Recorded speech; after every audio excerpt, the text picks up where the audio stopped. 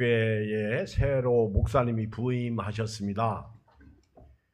첫 주 예배를 드리는데 목사님이 노숙자로 변장해서 교회 앞에서 예배 시간 한참 전에 가셔서 쭈그리 앉아 있습니다. 교회 근황을 살피기 위해서입니다. 그리고 이 교회는 나 같은 노숙자를 어떻게 대하는지 또 보기도 원했습니다.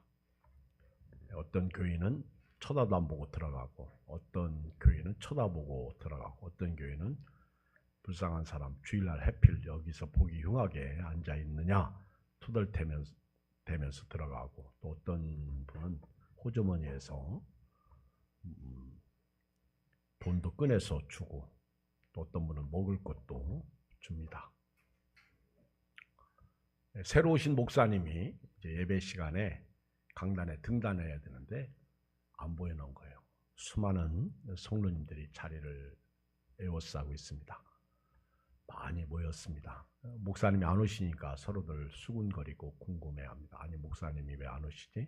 그때 그 성전 미문에 앉아 계셨던 노숙자 모습으로 계시던 목사님의 그 옷 입은 상태 그대로 강단에 올라가서 말씀을 전합니다.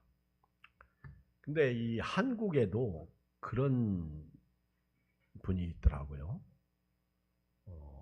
청년 사역을 중심하는 전도사님인데 이분이 예배 전에 2시간 전에 교회 앞에 이렇게 쪼그리 앉아 있습니다. 머리는 가발을 쓰고요, 모자를 뒤집어 쓰고, 그리고 얼굴에 검은 칠도 하고, 손에 또 붉게 피부병이 일어난 것처럼 붉은색 칠하고, 좀 옷도 아주 흉하게 입고, 거기다 이불을 이런 둘러 이렇게 싸고 쪼그려 앉아 있어요. 또 그날따라 비가 주룩주룩 옵니다. 이제 청년들 또 교인들이 예배 시간에 교회당을 향해서 들어갑니다. 그냥 쑥 들어가는 형제도 있고, 또 쳐다만 보고 또 무서워서 이렇게 우회해서 들어가는 사람도 있고, 또 어떤 사람은 왜 하필 교회당 앞에 이렇게 쪼그리고 앉아있지, 그렇게 생각하면서 들어가는데 거의 대부분 다 지나쳐 들어갑니다. 근데 어떤 형제가 이렇게 우산을 이제 들고 오다가 그 노숙자를 보고, 사장님, 여기서 이러시면 안 되십니다. 사장님, 교회를 들어가시든지 아니면 제가 도와드릴 테니까, 아무 소리 않고 고개만 숙이고 있어요. 자기가 어떻게 할 수 없으니까 경찰에게 전화를 했어요. 경찰이 왔습니다. 와가지고는 여보시오, 경찰이 툭 건드려도 아무 소리 않고 계속 경찰이 뭐라고 그러니까, 또 내가 이 교회 전도사인데요, 조용히 계시다가 빨리 가시라고. 그러니까 이제 경찰이 그때 순간 알아채고, 아이고 죄송합니다, 그러고 이제 갔어요. 어떤 자매는 먹을 것을 가지고 이렇게 주고, 찬양 인도하는 자매가 전도사님이 오셔야 되는데 아직도 안 오시니까 이제 신경이 쓰이겠죠. 그때 예배 시간에 맞춰서 이 전도사님이 뚜벅뚜벅 교회당 안으로 들어갑니다. 그리고 강단을 향해서 가니까 이렇게 모여있는 그 교인들이 쳐다보고 눈치챘죠. 아, 우리 전도사님이야. 그래서 어떤 형제는 웃기도 하고, 어떤 자매는 웃으면서 또 갑자기 마음이 뭉클해지니까 눈물도 흘립니다. 그리고는 그 전도사님이 강단상에 딱 올라가서 모자를 벗고, 그리고 가발도 벗고, 그리고 위트도 벗고, 그리고 이제 그렇지만 얼굴은 여전히 거무잡잡하고, 또 손도 여전히 이렇게 이제 분장한 것이 그대로 남아 있고, 그러면서 요한일서에 있는 말씀을 전하는 거예요. 하나님을 사랑한다고 하면서 보이는 자를 사랑하지 못하면 보이지 않는 자를 사랑한다는 것은 거짓말입니다. 여러분들에게는 이웃이 있습니까? 그러면서 우리 여러분들이 교회를 다니고 예수님을 믿는다고 하지만은 정작 노숙자를 보고 여러분들은 어떻게 대하셨습니까? 그런 내용의 메시지를 전합니다. 그리고 이제 예배가 끝났어요. 그리고 인터뷰를 이제 교인들끼리 어떻게 생각했냐, 오늘 있었던 일들이 괜찮았냐, 어땠냐, 인터뷰를 합니다. 어떤 형제는요, 창피하게 왜 교회 앞에 저런 노숙자가 있어, 그러고 지나쳐 들어갔다 자기가 고백해요. 어떤 자매는 내가 그리스도인이라고 하지만은 마음은 다가가고 싶은데 무서워서 또 해코지 당할까봐 겁나가지고 못 갔다, 그런 얘기도 하고, 또 어떤 자매는 울더라고요. 울면서 내가 말로만 그리스도인이었구나. 내가 사랑해야 할 사람이 저기 있는데 돌보지 못한 것을 회개하기도 하고, 또 음료수 빵하고 갖다 준 형제는 그래도 불쌍해서 갖다 줬다. 그리고 경찰에 신고한 형제는 내가 할 수 없으니까 경찰이 와서 도와주기를 원했다. 그는 이제 인터뷰를 이렇게 보면서 깊은 생각을 하게 됩니다. 저도 여기 계신 여러분도 만약에 우리 교회 앞에 그런 노숙자가 앉아 있다면 어떻게 했을까? 예수님의 사랑으로 그에게 다가갈 수가 있었을까? 너희는 세상의 소금이다. 너희는 세상의 빛이다. 그렇게 예수님이 말씀하셨는데 내가 과연 크리스찬인가? 교회를 오래 다닌 분들 중에서 또 교회 나온 지 얼마 되지 않은 분들이라고 해도 정말 예수님을 믿는다면 지극히 작은 자에게 한 것이고 내게 한 것이다 하신 예수님의 말씀이 아무래도 실천하지 못한 것에 대한 후회, 회개가 있었을 것 같습니다. 저와 여러분들이 교회를 오래 다녔어도요, 하나님의 말씀대로 살지 못하는 연약함과 나약함, 부족함이 있어요.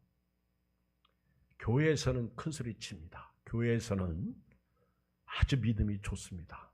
그런데 교회 밖에만 나가면 불신자하고 다를 게 없다는 사실이죠. 입술로만 예수님을 이야기하고 입술로만 예수 믿으면 천국 간다, 그렇게 얘기하지 삶은 천국이 되지 않고 또 전혀 예수님이 없는 삶을 살아가는 우리의 모습 속에서 오늘 지난 3년 동안 코비드, 이 코로나19로 인해서 어쩌면 한국교회가 진짜와 가짜로 구별되고 점점 진짜만 남는 그런 건 아닌가. 알곡과 가라지를 구별하시려고 하신 하나님의 뜻은 없을까, 그런 생각을 해봅니다. 그런 가운데 오늘 저는 이 성경을 읽으면서 왜 우리가 예수님을 믿어도 어렵고 힘들고 병들고 심지어 죽고 그러느냐 하는 것이죠. 왜 우리가 곤고와 쇠사슬에 묶여 살고 있느냐는 것이죠. 그 부분에 대해서 성경은 아주 분명하고 자세하게 말씀하고 있어요.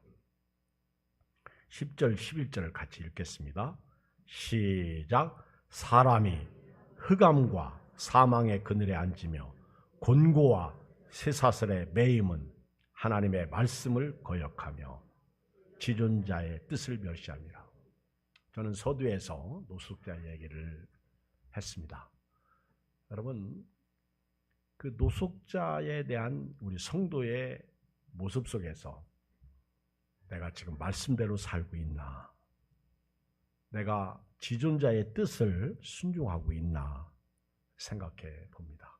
그리고 교회를 다녀도 왜 이렇게 힘들고 어렵고 심지어는 죄와 흑암과 사망의 그늘에 앉아있나 하는 것입니다.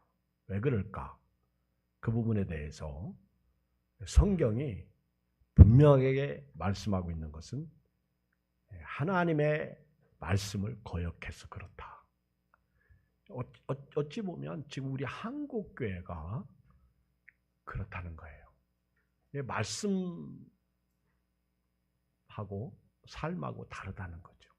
이원론적이죠. 한국교회가 그렇다는 거예요. 아니, 우리 예한교회가 그럴 수 있다는 거예요. 지존자의 뜻을 거역했다는 거죠. 그래서 흑암과 사망의 그늘에 앉아 있습니다. 그래서 곤고와 쇠사슬에 묶여 있는 거예요. 이걸 역으로 말씀드리면 흑암과 사망의 문제를 해결하려면 곤고와 쇠사슬의 묶임을 해결하려면 말씀 순종하면 되겠죠. 지존자의 뜻에 순종하면 되겠죠.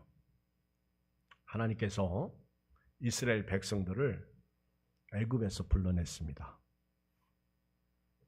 그리고 홍해를 건너서 광야 40년을 건너서 가나안 땅에 들여보냈습니다. 너무 우리는 이 말씀을 잘 알고 있어요. 그런데 애굽에서 나올 때 하나님은 이미 시내산에서 호렙산에서 모세에게 율법을 줬습니다. 십계명을 포함해서 율법을 줬어요. 율법이 613가지입니다. 613. 십계명을 풀고요. 또 성전에서 어떻게 하나님을 예배할지, 그리고 하나님과의 관계, 인간과의 관계에 대한 계명이죠. 그런데 하나님이 모세를 통해서 강조한 말씀은 이 말씀에 순종하라는 거예요. 이 율법에 순종하라는 거예요. 그러면 너희가 생명을 얻고 불순종하면 멸망을 당할 것이다. 이게 이제 하나님이 모세를 통해서 이스라엘 백성들에게 주신 율법의 핵심이에요.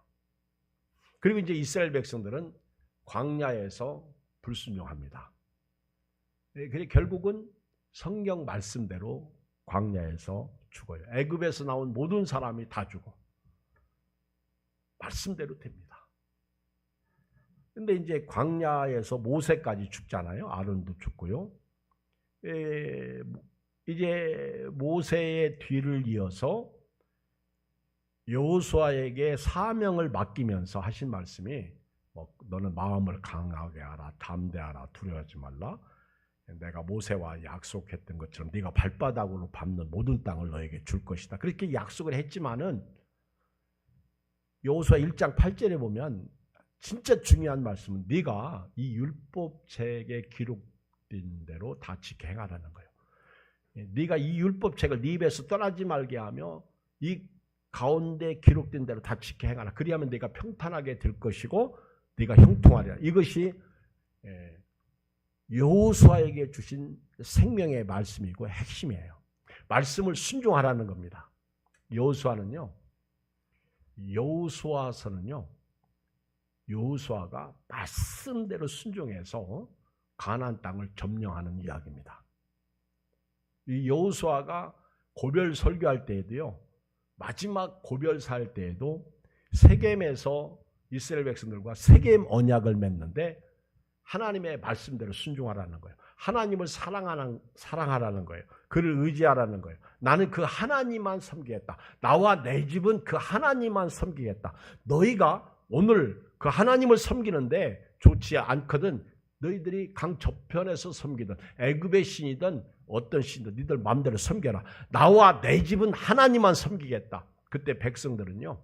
여호수아에게 훈련을 잘 받아가지고 우리도 뭔 말씀하십니까? 우리도 하나님만 섬기겠습니다. 그렇게 고백합니다. 그리고 여호수아가 사는 날 동안 여호수아 함께 있었던 지도자들은 하나님 말씀에 순종하고 좌로나 우로나 치우치지 않았어요. 그런데 여호수아가 죽고 나서 얼마 지나지 않아서 이들이 하나님을 잊어버리고 말씀에 불순종합니다. 그러니까 하나님께서 말씀대로 그들을 심판하시는 거예요. 그러니까 이들이 답답하잖아요. 아니 우리가 하나님의 백성 이렇게 적으로부터 고통당하니까 이렇게 부르짖어요. 기도해요. 그때 하나님께서 사사를 세우잖아요. 그게 사사기입니다. 사사를 세워서 그들을 건져내시는 거예요. 그게 사사기예요. 사사기는 순환이죠.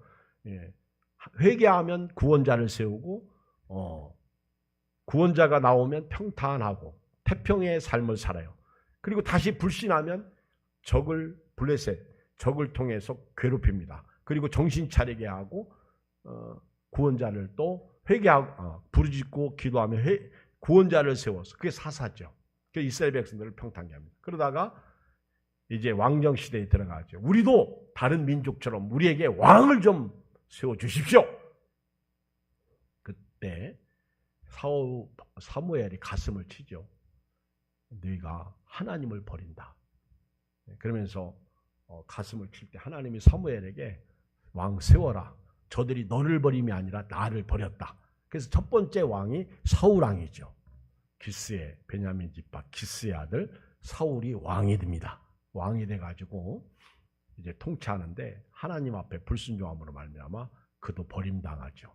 그리고 다윗과 그리고 다윗의 아들 솔로몬의 아들 대에서 이 나라가 두 개로 쪼개지죠. 북쪽에 10지파의 이스라엘, 남쪽에 2지파의 유다 왕국과 이스라엘 왕국. 그래서 우리나라가 남쪽과 북쪽으로 갈라지듯이 이스라엘도 갈라졌어요. 그리고 북쪽 이스라엘은요, 놀라운 사실은 처음부터 끝까지 우상 섬겨요.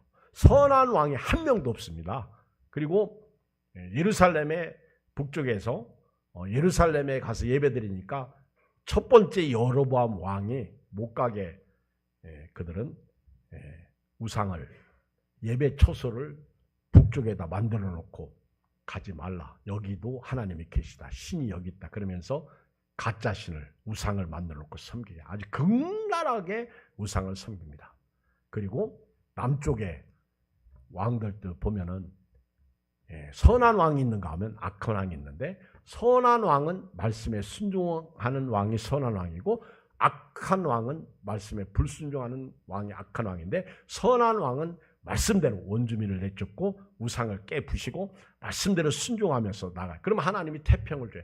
참 성경 읽으면 신기하게 돼요. 말씀대로 살면 태평을 줘요. 그리고 불순종하면 화가 임하는데 북쪽이 우상을 섬기고 말씀에 불순종하고 쫓아내라 하는 그 원주민을 쫓아내지도 않고 악을 행하니까 하나님이 아수르라는 나라를 세워가지고 무너뜨리죠. 멸망당한 거예요. 사실 성경에서 여호수아만큼 순종한 책이 없어요. 여호수아 시대만큼 하나님 말씀에 순종한 적이 없어. 물론 왕정 시대에 그 다윗 왕이나 히스기야 왕이나 뭐 요시야 왕 같은 그런 아주 훌륭한 왕들이 있을 때에는요, 하나님 앞에 말씀에 순종해 가지고 그들이 통치하는 기간은 태평 세월을 살았어요.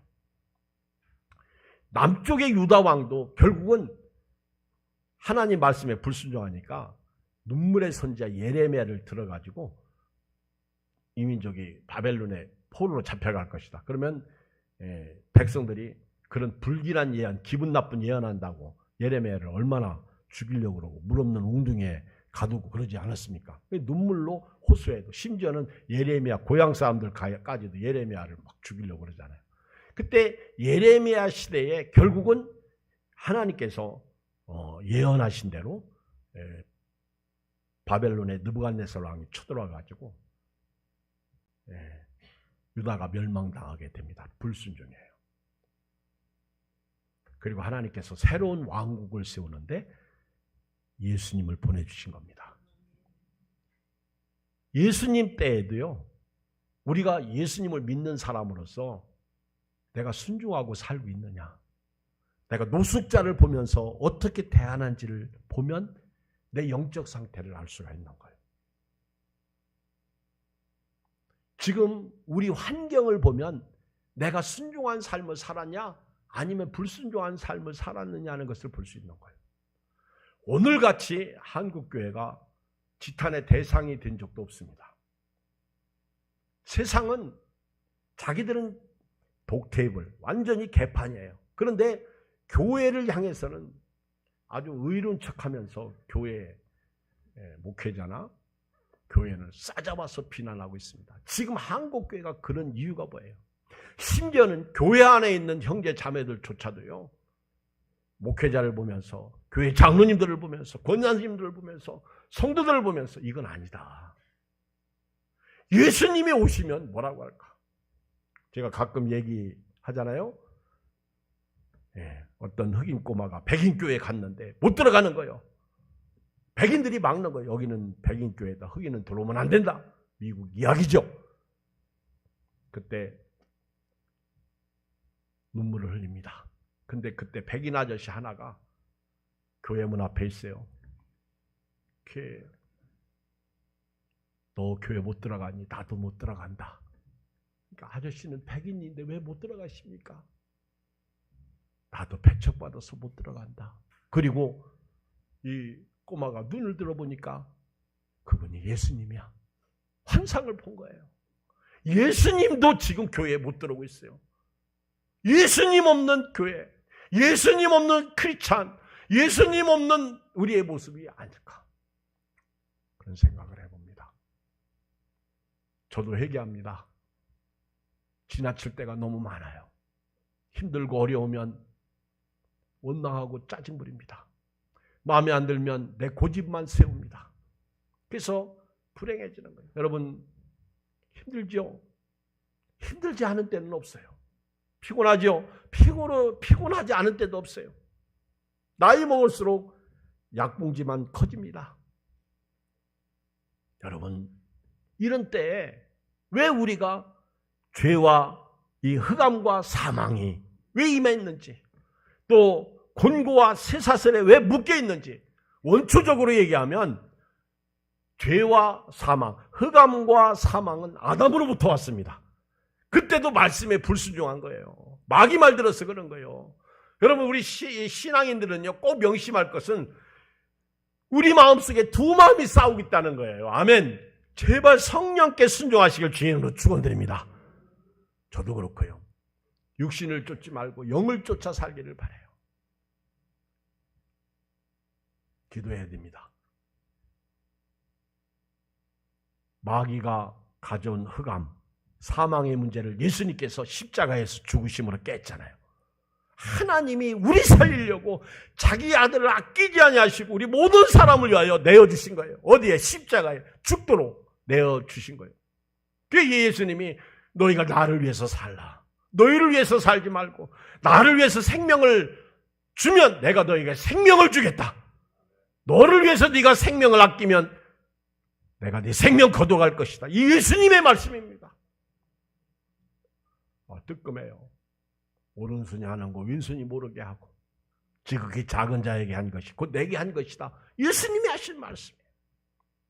지금도요, 저와 여러분들 오늘 말씀을 들으면서 회개할 것은요, 왜 우리가 이렇게 곤고하냐, 왜 우리가 이렇게 쇠사슬에 묶여 있느냐.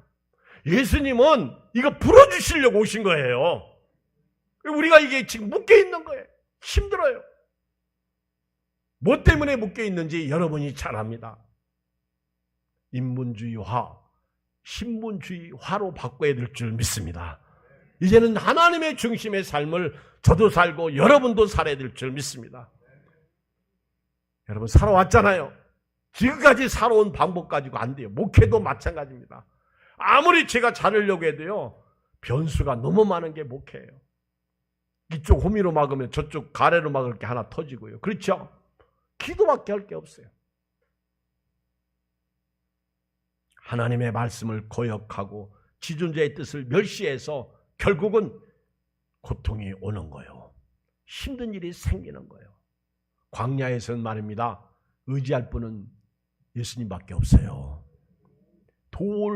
우리를 도와주실 분은 예수님밖에 없습니다. 우리 목마름을 해결할 분은 예수님밖에 없어요.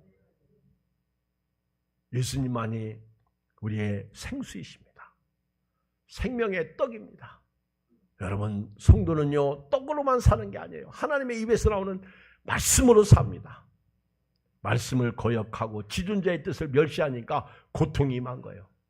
보세요. 12절에 보면 그러므로 그가 고통을 주어 그들의 마음을 겸손하게 하셨으니 그들이 엎드려져도 돕는 자가 없었도다. 여러분, 이 고통을요 12절에는 하나님이 우리에게 주셨다는 거예요. 여러분, 하나님이 우리에게 고통을 줘요, 안 줘요? 줍니다. 아브라함을 시험하신 분이 하나님이십니다. 우리가 잘못 살면요, 성경은 불순종하면 고통이 임한다고 말씀하고 있어요. 하나님이 주시는 거예요. 고통을 당할 때 왜 나만 겪는 고난이냐고 불평하지 마시고, 내가 잘못 살아서 이 고통이 왔구나, 이렇게 생각하면 안 될까요? 말씀대로 살아보세요. 또 고통이 있어도요, 어차피 고통은 있어요. 하나님이 우리 데려가실 때 질병으로 데려가시든지 사고로 데려가시든지, 예수 믿는 사람도요, 믿음 좋다고 생각하는 목사님도 교인도요, 그렇게 죽을 수 있다는 거예요. 여러분, 일찍 죽는다고 그 사람이 저주받은 것도 아니고, 오래 산다고 그 사람이 장수한다고 해서 그 사람이 축복받은 것도 아니라는 걸 아셔야 돼요. 그러면 아벨이 가인한테, 형한테 돌 맞아서 죽었는데 그 일찍 죽었으니까 저주받았네? 아니요. 그는 히브리서 11장에 보면 그는 의로운 자라는 칭호를 하나님 앞에 받습니다. 어차피 100년 후에는요, 우리가 그 사람을 평가할 때 일찍 죽고 늦게 죽은 거 없어요. 하나님 편에서 보면, 우리 편에서 보면 10년, 20년, 30년 더 살다가 간 거고, 하나님 편에서 보면 똑같아요. 영이 죽습니까? 영은 안 죽어요. 이경, 영은요 똑같은 거예요. 젊었는지 나이 먹었는지 그 상관없어. 뭐 누구처럼 연세 드셔서 죽으면 천국 가서도 이렇게 쭈글쭈글하게 있는 모습, 나는 그러면 일찍 죽고 싶은데, 아니, 천국을 오해하신 거예요. 여러분, 천국 가면요 쭈글쭈글한 것도 없고요, 애기 젊은 것도 없어요. 똑같은 영이에요. 아멘. 영체가 무슨 흰머리가 있고 무슨 그렇게 했어요? 소망 가지세요. 아멘. 천국의 희망을 품고 오늘 소망 가운데 믿음으로 살았으면 좋겠어요. 고통을 하나님이 주십니다. 우리가 시험은 하나님이 주시지 않는다. 시험도 두 가지인데, 하나는 유혹이 있어요. 유혹은 하나님이 주시지 않습니다. 그건 자기 욕심에 이끌려 유혹받는 거예요. 시험은 하나님이 주실 수 있어요. 아브라함도 테스트 했잖아요. 네 독자 이삭을 내게 바쳐라. 시험에 합격하면 영광이요, 복이요, 축복이죠. 그런데 하나님의 말씀을 거역하며 지존자의 뜻을 멸시해서 고통을 주시는데, 고통을 주시는 목적이 뭔지 아세요? 그 사람을 겸손하게 하기 위해서. 오늘 12절 읽어요. 시작. 그러므로 그가 고통을 주어 그들의 마음을 겸손하게 하셨어요. 여러분, 룻기서에 보면, 룻기 1장 19절에 보면 베들레헴에 살던 엘리멜렉 가정이 모압 땅으로 이민 갑니다. 먹고 살기 힘들으니까 이민 가는데, 거기 가서 남자 3명이 다 죽죠. 엘리멜렉, 기련과 말론. 근데 기련과 말론이 장가 들어가지고 모압 여자하고 사는데, 이제 남자가 다 죽었으니 나오미가 무슨 소망이 있겠어, 모압에서. 근데 하나님이 베들레헴에 복을 주셔서 풍성하게 하셨다는 소식을 듣고 돌아옵니다. 베들레헴에 돌아오는데, 돌아올 때 나오미가 한 말이 있어요. 룻기 1장 19절 시작. 이에 그 두 사람이 베들레헴까지 갔더라. 베들레헴에 이를 때 온 성읍이 그들로 말미암아 떠들며 이르기를 이가 나오미냐 하는지라. 20절 시작. 나오미가 그들에게 이르되 나를 나오미라 부르지 말고 나를 마라라 부르라. 이는 전능자가 나를 심히 괴롭게 하셨습니다. 내가 풍족하게 나갔더니 여호와께서 내게 비어 돌아오게 하셨느니라. 여호와께서 나를 징벌하셨고 전능자가 나를 괴롭게 하셨거늘 너희가 어찌 나를 나오미라 부르느냐. 나오미가 나를 마라라 부르라. 쓰다. 고통이죠. 전능자가 나를 심히 괴롭게 했다 이렇게 말하고 있어요. 전능자가 나를 심히 괴롭게 했다. 그게 나오미는 영적으로 이걸 아는 거예요. 여러분 믿음 좋다, 영적이다라고 얘기할 때 어떤 사람을 믿음 좋다, 영적이다고 얘기해요? 목사님? 아니에요. 기도 많이 하는 장로님? 아니에요. 우리가 영적이다, 믿음 좋다라고 얘기할 때 그 영적이다, 믿음이다라는 것은 말씀 순종이에요. 아멘? 딱 보면 저 사람은 말씀으로 견디고 말씀으로 이기는구나. 여러분 살기 힘들다고 갈라서는 사람 많습니다. 포기하는 사람 많습니다. 심지어는 죽는 사람 많아요. 요즘에 그 이상한 젊은 여자가 살인의 무슨 기쁨을 한번 누려보겠다, 살인이 어떤 건지 한번 누려보겠다고 자기 친구인가 데리고 가서 죽였잖아요. 그렇죠? 그래가지고 온 나라가 지금 점점 이상한 사람 많아. 완전 마귀에게 사로잡힌 사람 많아. 여러분 오늘부터요 옆 사람 잘 보고 교제 나누시기 바랍니다. 꼬셔도 가지 마요. 교회 가자고 그러면 와도 돼요. 아멘. 절대로 여러분 조심해야 됩니다. 무서운 세상에 우리가 살고 있는 거예요.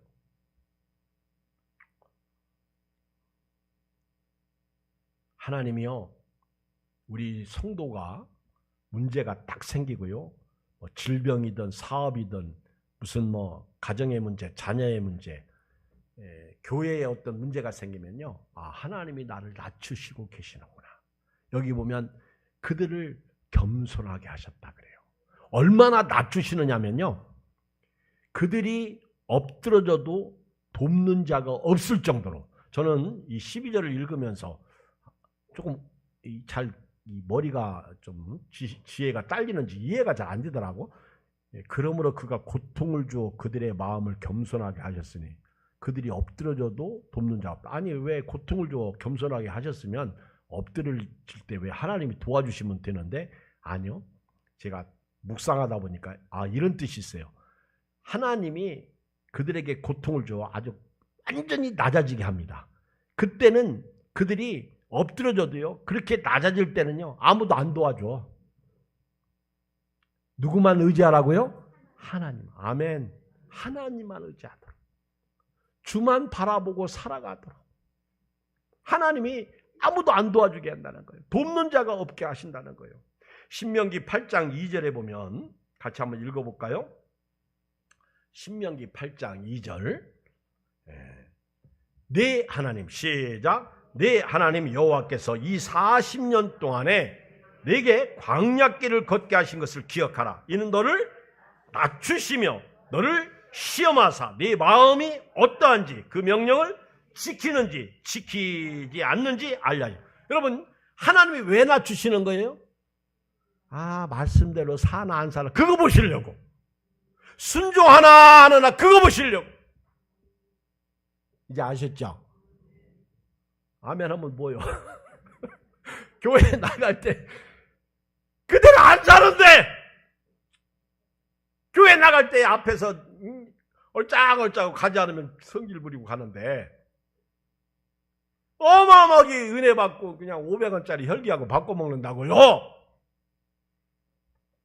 또 음식 밥 먹을 때 또 누구는 고기 많이 주고 난 조금 줬다고 시험 들고. 저는요 교인들이 밥할 때 목양실에서 있잖아요. 교인들 막 소리만 커져도 가슴이 콩닥콩닥 뛰어. 또 싸우나. 어떤 때 보면은요 막 권사님들이 옛날에, 지금 말고 옛날에 보면요 막 소금 더 넣었다고 막 싸워. 아이고 짜다고 싸우고, 그리고 물 붓고 또 조금 아이고 싱겁다고 더 넣고 막. 그러면 내가 이제 설교 준비하다가 나가서 그만들 하시죠. 그게 뭘 중요해? 여러분 교회 와서 먹는 것 때문에 시험 들으면요 예수님 말씀을 생각해야 돼요. 사람이 떡으로만 사는 게 아니라 하나님의 입에서 나오는 말씀으로 사는 거예요. 믿으십니까? 자꾸 떡만 쳐다본다고. 떡이 맛있긴 해. 안 그래요? 근데 떡보다 말씀이지. 말씀이죠. 3절 나오잖아요. 시작. 너를 낮추시며 너를 줄이게 하시며 또 너도 알지 못하며 네 조상들도 알지 못하던 만나를 네게 먹이신 것은 사람이 떡으로만 사는 것이 아니요 여호와 입에서 나오는 모든 말씀으로 사는 줄 네가 알게 하라니. 이 말씀을 예수님이 인용해서 마귀를 내쫓은 거예요. 마태복음 4장 4절. 광야는 낮추는 곳이요. 주님만이 내 도움이 되시고 빛이 되시는 곳입니다. 주님 손 놓고는 단 하루 살 수 없는 곳이 광야예요. 광야는 우리를 사용하시려고 단련시키는 것이 광야입니다. 광야에서 우리는 깨져야 돼요. 깨져야 하리, 부서져야 하리, 바싹 깨져야 하리, 바싹 부서져야. 할렐루야. 꾀소금이 언제 아주 고소해요? 깨질 때. 저는 어려서 어머니가 참깨를 줘가지고 기름짜 오라고 그래요. 자, 기름집에 가면요, 지금은 다 기계로 하지만 그때는요 어떻게 해요? 깨소금을 불에다 팍 솥에다 놓고요, 불을 펴서 완전히 막 볶죠. 그리고 그거를 자루에다 넣어가지고 틀은 다음에 아주 밑에서 올리고 위에서 올리고 돌려가지고 쫙 누르면요 거기서 기름이 졸졸졸 나와. 그때 막 그 깨소금, 참기름 냄새가 아주 코를 진동시키죠. 향기는 언제 나와요? 부서질 때, 완전히 깨질 때, 그리스도인이 자기를 죽일 때, 그게 말씀 순종이에요. 그때 예수님의 향기, 예양교회가 나오는 거예요. 그리스도의 향기가 나오는 거예요. 근데 교회 다니면서 죽어본 적 있어? 안 죽어. 근데 오늘 여기 계신 분들은 다 죽어서 여기까지 온 거야. 아멘? 물론 힘들어. 내가 나를 죽이는 게 얼마나 힘든데요. 부부싸움 할 때 보세요. 존심이 얼마나 센데. 그렇죠? 우리 깨져야 됩니다. 말씀으로 변화되어져야 합니다. 하나 더 말씀드릴게요. 이렇게 하나님이 낮아지게 하시고요. 그리고 낮아질 때 우리가 할 일은 고통 가운데서 뭐예요? 13절 시작. 이에 그들이 그 환난 중에 여호와께 부르짖으매 그들이 고통에서 구원하시. 오늘 제목이 뭡니까? 고통을 복으로 바꾸라. 여러분 힘들죠? 어렵죠? 답은요 말씀 순종이고요, 지존자의 뜻을 오늘 멸시하지 마시고요, 그리고 기도하세요. 기도가 결론이에요. 하나님이 그 고통 가운데서 우리로 하여금 뭐하게 하시려고? 기도하게 하시려고. 기도하자 우리 마음 아파요. 기도하자 우리 마음 아파요. 할렐루야 아멘. 할렐루야 아멘. 기도하자 우리 마음 아파요. 기도해야 돼요. 여러분 기도는요 쉬지 말고 하세요. 교회 오셔서도 하고 집에서도 하시고 걸어다닐 때도 하시고. 요즘은요 걸어다닐 때 쭝울쭝울해도 욕하지 않아. 아, 저 사람 핸드폰 하고 있구나 그래요. 옛날에는 걸어다니면서 쭝울쭝울하면 미쳤구나 그랬는데 지금은 그런 소리 안 해. 아, 저 사람 요즘 이어폰 있잖아. 여러분 기도할 거 많아. 근데 우리 교인들도 기도를 하지 않습니다. 기도는요 시간을 내서 해야 돼요. 하나님께서 기도하는 사람 19절 읽어봐요. 19절 시작. 이에 그들의 고통 때문에 여호와께 부르짖으매 그가 그들의 고통에서 그들을 구원하시고. 아멘. 계속 읽어보세요. 고통에서 살 길은 기도다. 시작. 고통에서 살 길은 기도다. 기도해야 돼요. 원망하지 마시고요 감사하시고 기도해야 됩니다. 한나가 분인나라는 여자가 있어요. 엘가나 부인이 한나인데요. 엘가나가 한나 말고 부인이 또 하나 있는데 분인나예요. 근데 이 한나를 엘가나가 사랑하는데 엘가나가 사랑하는 한나에겐 자식이 없고 분인나는 자식이 많은데 한나를 분인나가 계속 충동질시키는 거예요. 옆구리 찔러대는 거야. 너는 뭐 종황지체면 뭐하냐. 자식도 못 낳는데. 그러니까 막 이제 너무너무 화가 나니까 남편한테 짜증 부립니다. 나는 자식도 없고. 그러면 엘가나가 여보 당신은 열아들보다 낫소. 그러면 믿음으로 이겨야 되는데 한나가 이길 수가 없어. 하도 찔러대니까. 여러분 누군가가 나를 찔러대면요. 나를 찔러다니는 것 때문에 내가 기도해서 복받을 수 있어요. 한나는 분인나 때문에 사무엘 낳았다니까. 그래가지고는 남편하고 실로 성전에 가요. 엘가나가 분인나는 데리고 가지 않고 한나를 데리고 가잖아. 한나는 엘가나가 성전에서 일 보는 동안 하나님 앞에 엎드려 가지고요 기도하는데 얼마나 그가 막 그 답답하면 사무엘상 1장 12절에 보면요 그가 여호와 앞에 11절 소원하여 10절부터 제가 읽을게요. 한나가 마음이 괴로워서 여호와께 기도하고 통곡하며 소원하여 이르되 만군의 여호와여 만일 주의 여종의 고통을 돌보시고 나를 기억하사 주의 여종을 잊지 아니하시고 주의 여종에게 아들을 주시면 내가 그의 평생에 그를 여호와께 드리고 삭도를 그의 머리에 대지 아니하겠나이다. 12절 같이 읽어볼까요? 시작. 그가 여호와 앞에 오래 기도하는 동안에 엘리가 그의 입을 주목한 즉 한나가 속으로 말하며 입술만 움직이고 음성은 들리지 아니하므로 엘리는 그가 취한 줄로 생각하니라. 엘리가 그에게 이르되 네가 언제까지 취하여 있겠느냐. 포도주를 끊으라. 아니 영적인 사람 아니죠. 엘리 제사장은 포도주를 끊으라. 아니요. 자 읽어요. 15절 시작. 한나가 대답하이르되 내 주여 그렇지 아니하나이다. 나는 마음이 슬픈 여자라. 포도주나 독주를 마신 것이 아니요 여호와 앞에 내 심경을 통한 것뿐이다. 지금 아기 낳고 싶어가지고 이렇게 부르짖어 기도해야 돼요. 환난 날에 여호와께 부르짖으라. 그들의 고통에서 구원하시. 그래서 그때 엘리도 축복하잖아. 그래서 한나가 사무엘을 한 거예요. 기도해요. 기도가 고통을 복으로 바꾸는 거예요. 세 가지입니다. 고통을 복으로 바꾸는 거는요 말씀 순종이고요 지존자의 뜻을 멸시하지 않는 거고요 기도하는 거예요. 그 대표가 기도입니다. 말씀을 믿고 기도하세요. 아멘. 그러면 주께서 여러분에게 복을 주실 줄 믿습니다. 기도하겠습니다. 우리 한 음성으로 오늘 말씀 붙잡고 한 1, 2분 기도해요. 살아계신 하나님 아버지 은혜와 사랑을 진실로 감사합니다. 우리 교인들 너무 힘듭니다.